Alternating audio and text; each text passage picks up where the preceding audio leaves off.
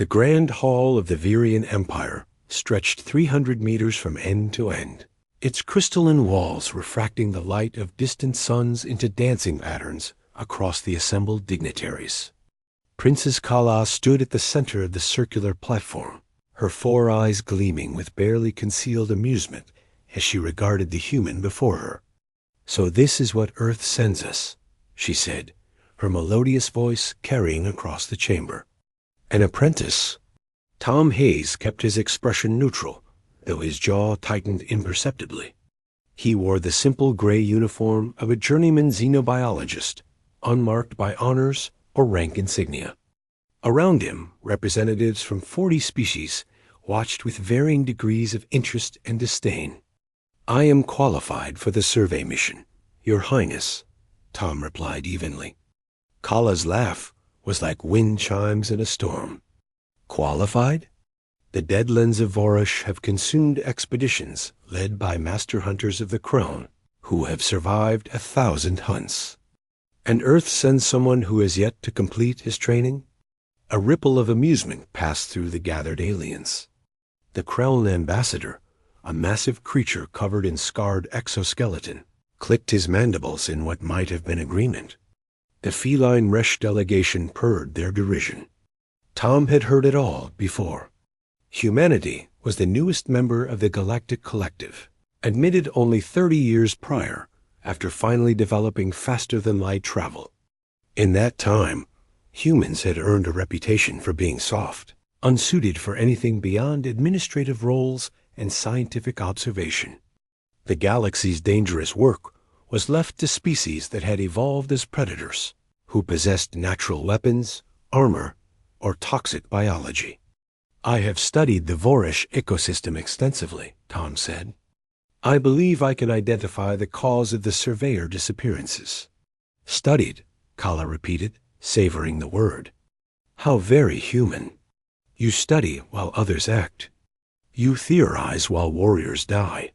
She turned to address the assembly. "The Deadlands have claimed 17 expeditions in the past galactic year. 17 teams of our finest, including my own cousin, Prince Dalmer. And now this ... apprentice ... believes he can succeed where they failed." Tom said nothing. He had learned that defending humanity's capabilities only invited more mockery. Better to let actions speak. The Krellin ambassador rose, his bulk making the platform shudder. "The human should not go alone," he rumbled. "It would be a waste of transport fuel to retrieve his remains." "I volunteer to accompany him," Kala announced suddenly. The hall fell silent. "Not to assist, but to observe. When he fails, I want to witness it personally. Perhaps then Earth will understand its place in the collective." Tom met her gaze steadily. "As you wish, Your Highness." 3 days later, they descended through Vorash's turbulent atmosphere. The planet was classified as Death World Level 7, a designation reserved for environments that could kill most spacefaring species within hours.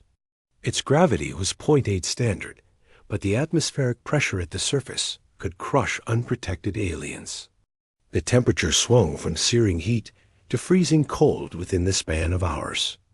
And the life forms had evolved in an endless arms race of predation and survival. The Deadlands occupied the equatorial continent, a region where the planet's tectonic activity created a maze of volcanic vents, acidic pools, and radiation-soaked valleys. It was here that survey teams kept vanishing. Kala wore a full environmental suit of Virian manufacture, gleaming and state-of-the-art. Tom wore only a light breather mask and basic protective clothing. The princes had commented on this during the flight, suggesting he was either ignorant or suicidal. "The gravity is comfortable," Tom had replied. "The temperature is within human tolerance. The atmospheric composition is similar to Earth's Mesozoic period. And the predators?" Kala had asked archly. "I will avoid them."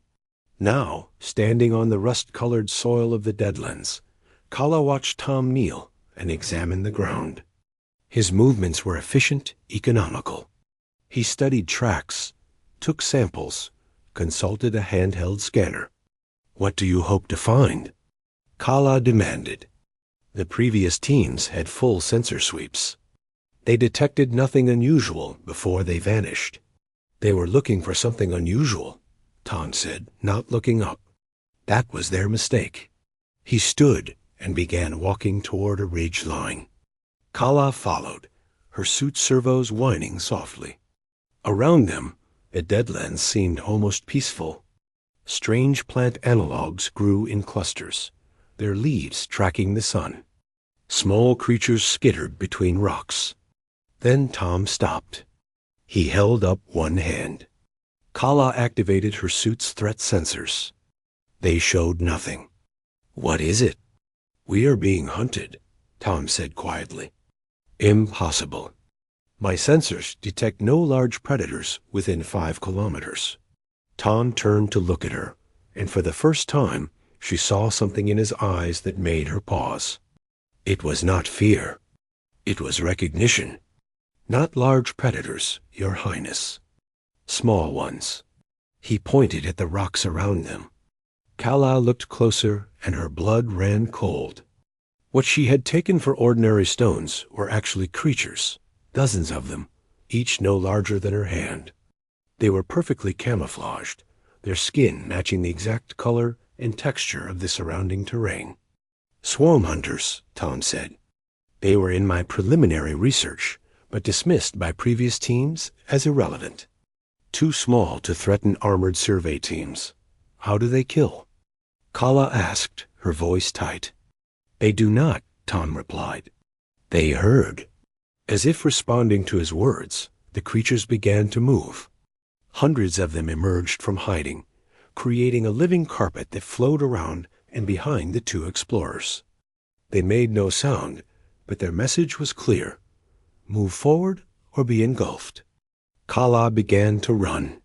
Her suit's enhanced strength let her bound across the rough terrain. Tom ran beside her, matching her pace despite lacking any mechanical assistance. His breathing was steady, controlled. The creatures drove them toward a canyon. Kala's sensors finally began screaming warnings. Something large waited ahead. Something that registered as pure heat and aggression. "The apex predator," Tom said, still running. The swarm hunters evolved alongside it. They herd prey toward its territory. In exchange, they feed on the scraps. "We cannot fight an apex predator," Kala gasped. "We must retreat." "No," Tom said. He suddenly veered left toward a narrow crevasse in the canyon wall. "This way." Kala followed, her suit barely fitting through the gap.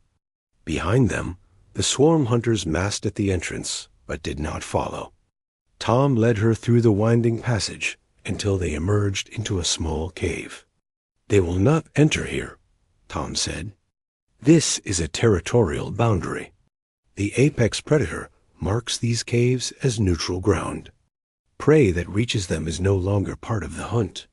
Kala slumped against the cave wall, her 4 eyes wide. "How did you know?" "Because Earth has swarm hunters too," Tom said. "We call them ants. And we have apex predators that other species fear. We call them bears, tigers, crocodiles." He paused. "But we also have humans. I do not understand." Tom smiled, and it was not a gentle expression. "Your Highness, Earth is a death world level 8. Humanity evolved alongside predators that make the apex hunter of Varish look slow and weak.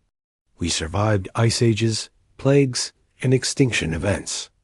We learned to read the land, to understand predator behavior, to find the patterns that mean life or death." He gestured at the cave around them. "Every surveyor who came here was from a civilized world. They relied on technology and natural advantages. They did not recognize the signs because they never had to. But I did. Because on Earth, humans were prey before we were predators. We remember." Kala was silent for a long moment. Then she said quietly, "My cousin was a decorated warrior. "I am sorry for your loss," Tom said, and he meant it. But warriors charge forward. Survivors watch and learn. They waited until nightfall, when the swarm hunters retreated to their dens. Tom led Kala back to their landing craft through paths he had mapped during their flight in, routes that avoided territorial boundaries. They departed Voresh without incident.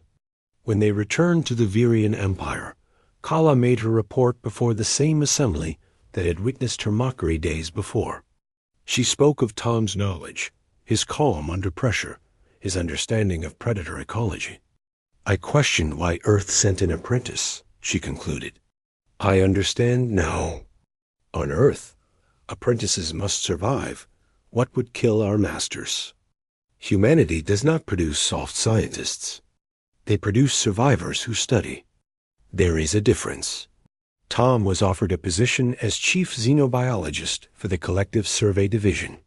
He accepted on the condition that Earth be allowed to contribute more personnel to dangerous assignments. The Krell ambassador, who had questioned Tom's worthiness, approached him after the ceremony. "You have honor, human. But tell me, when the swarm hunters surrounded us, I saw no fear in you, only calculation. What were you thinking in that moment?" Tom considered the question. "I was thinking that they reminded me of driver ants back home, and I was grateful these ones were smaller." The ambassador's mandibles clicked, but this time it was not in derision. It was in respect, tinged with the faintest edge of fear. Word spread through the collective. Humanity came from a world where the hunters feared to tread, and they had learned not just to survive it, but to understand it. In time, when survey teams faced unknown dangers, they began to request human advisors. Not because humans were the strongest or the fastest, but because they recognized the pact.